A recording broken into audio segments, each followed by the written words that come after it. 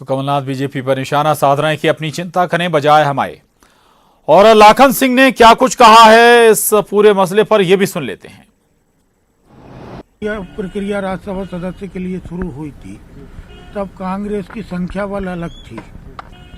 22 लोगों का कांग्रेस पार्टी से छोड़ के जाना और उनकी सदस्यता रद्द होना, स्वाभाविक रूप से हमारे संख्या बल में कमी आई है।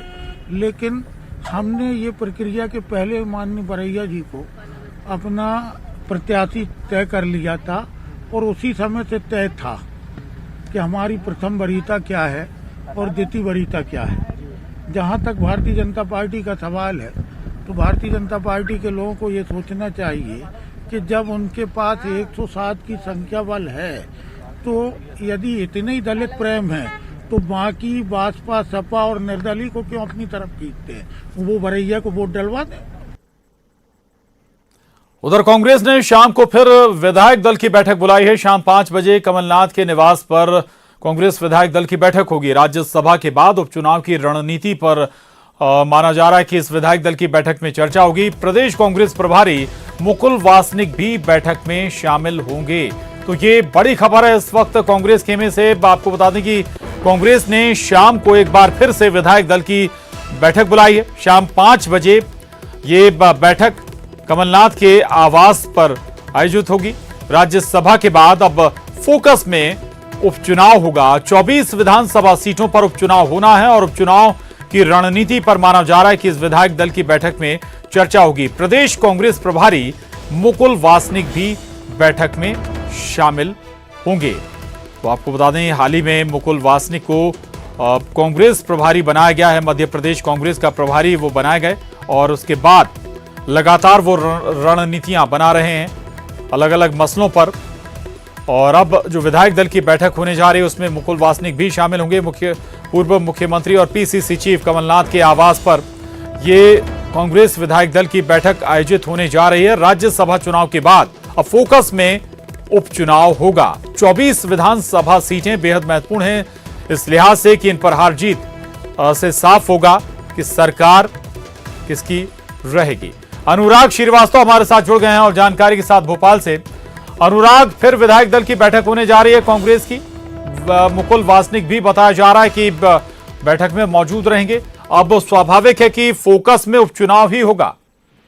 बिल्कुल प्रशांत, देखिए राज्यसभा को लेकर लगभग तस्वीर साफ थी कि कांग्रेस के खाते में 1 और बीजेपी के खाते में 2 सीटें जाएगी। लेकिन अब जो सबसे बड़ा मुकाबला होगा वो राज्यसभा के चुनाव के बाद उपचुनाव का होगा और उसी उपचुनाव की रणनीति को लेकर कांग्रेस विधायक दल की बैठक बुलाई है, जो कि शाम 5 बजे पूर्व मुख्यमंत्री कमलनाथ के निवास पर होगी। और इसमें मुकुल वासनिक भी जो प्रदेश प्रभारी हैं, अभी तक उन्होंने बैठक में जो है वो राज्यसभा की रणनीति को लेकर चर्चा की है। लेकिन आज जो बैठक होगी उसमें 24 विधानसभा सीट को लेकर होने वाले उपचुनाव पर मंथन होगा और इस बात की जिम्मेदारी भी तय की जाएगी कि कौन कौन से विधायक कौन कौन सी विधानसभा की जिम्मेदारी संभालेंगे। क्योंकि इससे पहले भी पीसीसी चीफ कमलनाथ ने कुछ विधायकों को विधानसभा वार प्रभारी नियुक्त किया था। लेकिन अब जो है विधायकों को और अलग से किस तरह से जिम्मेदारी दी जा सकती है, किस तरह की रणनीति पर काम होगा, उसको लेकर शाम को बैठक दल में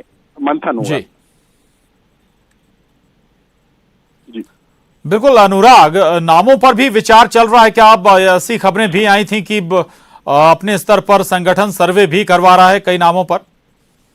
देखिए, खुद पीसीसी चीफ कमलनाथ हैं, वो 3 तरह का सर्वे करा रहे हैं। उस सर्वे की प्रारंभिक रिपोर्ट उनके पास आ गई। उस रिपोर्ट को लेकर मंथन किया जाएगा, क्योंकि कांग्रेस के सामने चुनौती इस बात को लेकर भी है कि जल्दी से जल्दी उम्मीदवारों का फैसला कर लिया जाए और इसको लेकर सर्वे को ही बड़ा आधार बनाया जा रहा है। तो किस तरीके से सर्वे की प्रारंभिक रिपोर्ट निकल कर आई है उसको लेकर चर्चा की जाएगी और उम्मीदवारों के चयन को लेकर क्या पैमाना संगठन की तरफ से होगा उसको लेकर भी मंथन किया जाएगा। साथ ही जो दल बदल करके बीजेपी से कांग्रेस में वापस आए उनकी भूमिका को लेकर भी पार्टी में चर्चा की जाएगी। तो कई अहम पहलू होंगे आज की, चूंकि सारे विधायक राजधानी में, तो ऐसे में उपचुनाव को लेकर सभी विधायकों से राय मशवरा लिया जाएगा और उसके बाद एक फाइनल रणनीति तैयार होगी जिसके तहत कांग्रेस पार्टी चुनाव मैदान में उतरने का काम करेगी।